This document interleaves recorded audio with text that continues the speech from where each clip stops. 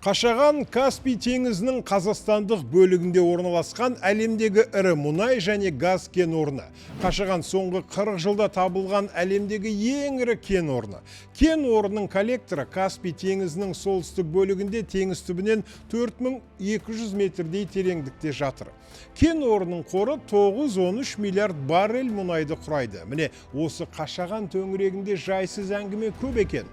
Тұмсығын тығып алған инвесторлар ұзақ жылдар бойы кен орнынан ақшаны сорып отыра бергісі келеді, ал пайдадан Қазақстанға тамызуға еш асықпайды деп жатыр. Қашағандағы ішкі ахуалды неге KZ ақпараттық сараптамалық порталы тәптіштеп жазған екен. Мұнда сіз бен бізге керекті дерек көп. Кеш жарық ағайын, бұл неге ақша бағдарламасы? Инвесторлар әбден соруға дайын. Қашаған неге елге пайда әкелмеді деген тақырыппен кеше берілген мақала былайша келтіріледі. Былтырдан бастап қана Қашағанда жұмыс істейтін компаниялардың салығы бюджет үшін минустан шығып плюске ене бастады. Әйтпесе жылдар бойы оларға бюджет қосымша құн салығының қайтарымын төлеп келген еді. Осы күнге жету үшін Қазақстанға қандай 9 жыл қажет болды. Бірақ Қашағанда өндірілетін мұнайдың тек 2% ғана Қазақстанға тиесілі. Инвесторлар өздері салған 60 миллиард долларды түгел шығарып алмайынша Қазақстанға $1 татырмайтын болады. Былтырдан бастап Қашаған жобасының қатысушылары сәлде болса салық төлей бастады. Мысалы, КМГ Қашаған BV компаниясы 2024 жылы 39 миллиард теңгеден астам салық төледі. Бұл корпоративті табыс салығына көбірек келеді. Сонда Қазақстан тарихында тұңғыш рет Қашағандағы компанияның салық бойынша төлемдері оның қосымша құн салығы бойынша қайтарып алған қаржысынан асып отыр. Солтүстік Каспий бойынша өнімді бөлісу туралы келісімге сәйкес жоба акционерлер ішкі кірістілік нормасы белгілі бір деңгейге жеткен кезде корпоративті табыс салығын төлей бастауы тиіс. Қазір тек КМГ Қашаған BV компаниясы ғана корпоративті табыс салығын төлеуде. Бұл Қазмұнайгаз ұлттық компаниясының Қашағандағы өкілі.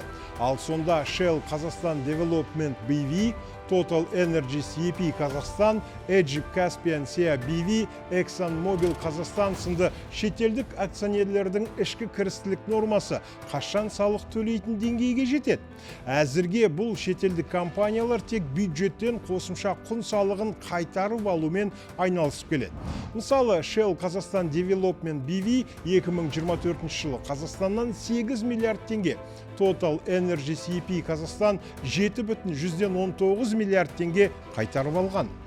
Көптеген сарапшылардың ойынша Қазақстанның Қашаған бойынша асығып, солтүстік Каспий бойынша өнімді бөлісу туралы келісім жасап жібергені үлкен қателік болды. Назарбаевтың жіберген үлкен 10 қателігінің ішіне осы Қашаған кейсін кіргізуге болады. Бұл тұста асықпай Норвегия мұнайшылармен бірлесіп, теңдік пен әділдік принципімен жақсы жоба жасауға болар еді. Қазір Қашағанның мұнай қоры 913 миллиард баррель аралығында деп есептеледі. Қазақстан енді тек 10 жылдан кейін ғана табыстан ауыз толтырып айтарлықтай үлес көре бастауы тиіс. Оған дейін мұнай қоры біршама сарқылатын болады. Инвесторлар мұнайды соңғы тамшысына дейін сорғанша Қашағаннан кетпейді. Тіпті Қазақстан мен халықаралық соттарда тіресуге дайын. Қазірдің өзінде олар халықаралық арбитражды өз пайдасына бұрып үлгерді. Портал бұған дейінгі материалдарының бірінде де Қашаған инвесторларына қатысты талдау жариялаған еді. Бәрін алып кетеміз. Қашаған инвесторлары неге қазақ мұнайын қазаққа бергісі келмейді деген тақырыппен берілген мақалада былай делінген. Қашағаннан Қазақстанға пайда түсе бастау үшін оның жылдық мұнай өндіру көлемі 3 миллиард баррельден асу тиіс. Бірақ шетелдік компаниядан құралған консорциум NCOC бұл межеге жетуге асықпай отыр. Себебі ол шетелдіктерге тиімсіз. Ал қазір біздің Қашағаннан алып отырған үлесіміз небәрі 2% ғана. Инвесторлар қашағанды асықпай 2060 жылға дейін игермек. Олардың қазіргі қарқынына қарап, Қазақстанның аталған кен орнынан тек 2037 жылы ғана дивиденд түсіре алатынын топшылауға болады. Бұл кен орнындағы өндірісті айтарлықтай ұлғайту үшін қажет ірі инвестицияларды кейінге қалдыру деп жазады Energy Navigator.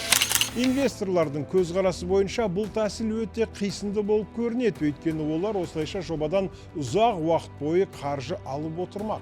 Қазақстан үшін ол тиімсіз. Біздің еліміздің Қашағандағы қуатты көбейту бойынша тағы инвестиция салу, мұнайдың тәулік бойғы өндірісін еселеп арттыру бойынша талаптарын NCOC, яғни шетелдік инвесторлар пулы әртүрлі себептерді алға тартып орындамай келеді.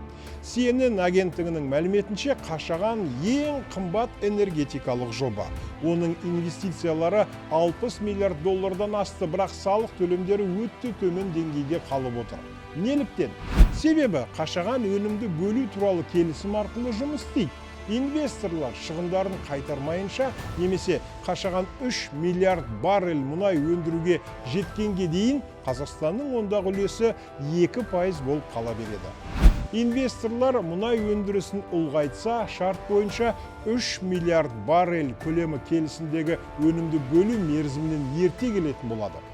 Инвесторлар қазір Қазақстанға көп ақша салмай, мүмкіндігінше өз қаржыларын қайтарып алу стратегиясын ұстанып отыр.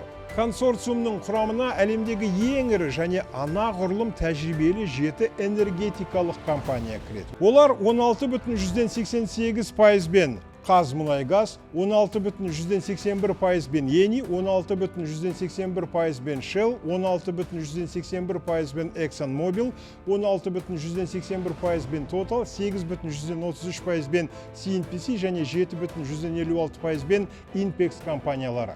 Осының ішінен шетелдік компаниялардың көздегені бір, ал мемлекет атынан сөйлейтін PSA компаниясы мен Қазмұнайгаздың көздегені басқа болып отыр.